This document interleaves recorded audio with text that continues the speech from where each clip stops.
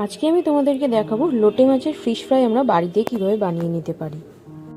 একদমই রেস্টুরেন্ট স্টাইলের fish fry আমরা বানিয়ে নেব বাড়িতে। তাহলে চলো দেরি না করে দেখে নাও তোমরা পুরো ভিডিওটা। আর আমার ভিডিওটা ভালো লাগলে একটা লাইক করো, কেমন লাগলো সেটা কমেন্ট করে জানিও, আর পারলে বন্ধু বান্ধবদের মধ্যে শেয়ার করে দিও। প্রথমে আমি দেখাবো লোটে মাছটা কেটে লোটে মাছের ভেতর থেকে কাঁটাটাকে কী করে বার করে নেব। আগে মাছের ফিনগুলো ভালো করে কেটে ফেলে দেবো। তারপর আমরা কাঁচির সাহায্যে ভেতরটা ঠিক এইভাবে চিড়ে নেব। এটা যদি তোমরা ছুরি ছাড়া কাঁচি দিয়ে করো তাহলে বেশি সুবিধা হবে। এইবার মাছের মাঝখানে যে কাঁটাটা রয়েছে ঠিক কাঁটাটার পাশ থেকে আমরা দুদিক দিয়েই কেটে নেব, যাতে কাঁটাটা আমাদের বার করতে সুবিধা হয়।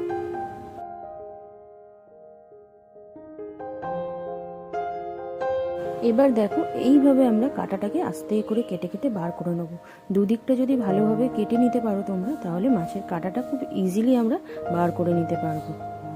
আর একটা কথা বলে রাখি, লোটে মাছের ফিশ ফ্রাই করার জন্য কিন্তু একটু মোটা মোটা লোটে মাছ আনলেই ভালো হয়, কিন্তু আজকে আমাদের মোটা লোটে মাছ পাইনি, তাই একটু পাতলা দিয়েই করতে হচ্ছে। তবে মোটা মোটা লোটে মাছ দিয়ে করলে কিন্তু টেস্টটা আরও বেশি ভালো আসে। কেটে রাখা মাছগুলো ভালোভাবে ধুয়ে খুব ভালোভাবে জল ঝরিয়ে রেখে দিয়েছিলাম।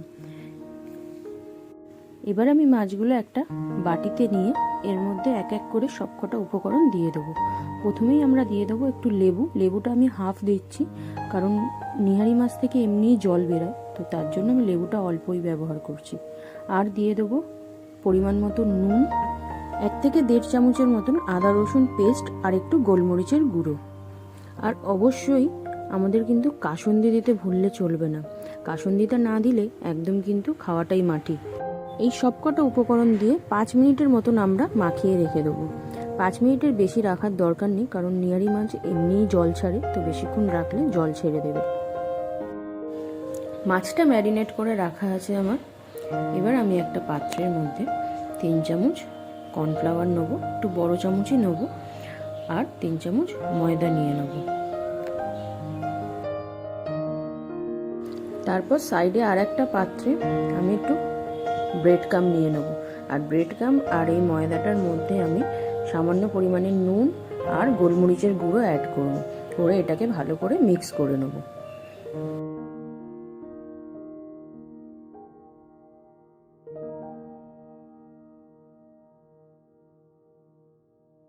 মাছটা ম্যারিনেট করে কিন্তু বেশিক্ষণ রাখা যাবে না, তাই যাতে জলটা না ঝরে আমাদের এই কাজটা খুব তাড়াতাড়ি করে নিতে হবে।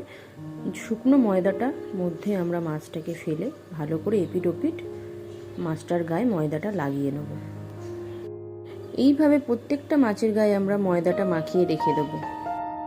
ব্যাস, প্রত্যেকটা মাছে আমার ময়দাটা মাখানো হয়ে রয়েছে। এবার যে ময়দাটা আমাদের বেঁচে গেছে সেই ময়দাটার মধ্যে যে মাছের মশলাটা ছিল সেই মশলাটা অ্যাড করে আর একটু জল দিয়ে ভালো করে ময়দাটা আমরা গুলিয়ে নেব। এইটা একটা ব্যাটার মতো করে নেব, এটা কিন্তু পরে আমাদের কাজে লাগবে।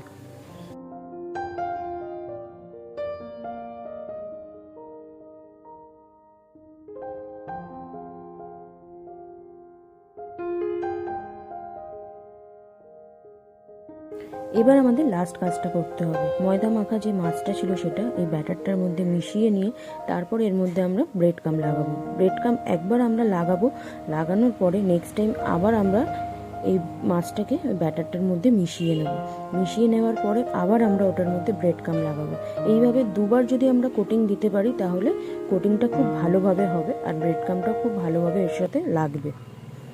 ব্রেড ক্রাম্বটা লাগানোর পরে খুব ভালোভাবে আমরা এইভাবে হাত দিয়ে চেপে চেপে নেব, যাতে ভাজার সময় মাছটা আমাদের ফুলে না ওঠে, আর কোটিংটাও মাছটার গায়ে খুব ভালোভাবে বসবে।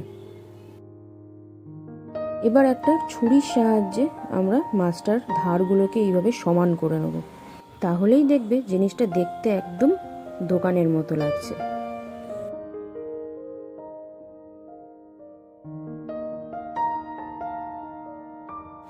মাছটা এবার ভেজে নেওয়ার পালা। তেল আমার একদম গরম হয়ে গেছে আর আমি মাছটা দিয়ে দিয়েছি। যেহেতু আমি কম তেল দিয়েছি তাই আমি একটা করেই মাছ ছাড়বো। তোমরা যদি একটু বেশি তেল দাও তাহলে সেখানে তোমরা 2টো মাছ দিতেই পারো। সে ফ্লেমটাকে মিডিয়ামে রেখে মাছটাকে আমরা একদম গোল্ডেন ব্রাউন করে ভেজে নেবো।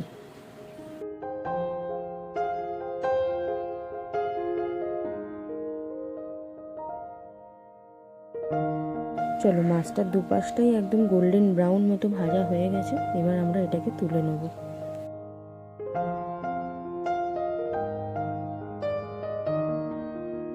চলো, রেডি আমাদের ফিশ ফ্রাই। এবার গরম গরম সার্ভ করার পালা। একটু কাসুন্দি দিলে এর টেস্ট আরও দ্বিগুণ হয়ে যায়। এইভাবেই তোমরা বাড়িতে বানিয়ে নিতে পারো, চটজলদি বিকালের স্ন্যাক্স, আর তার সাথে হেলদিও হবে।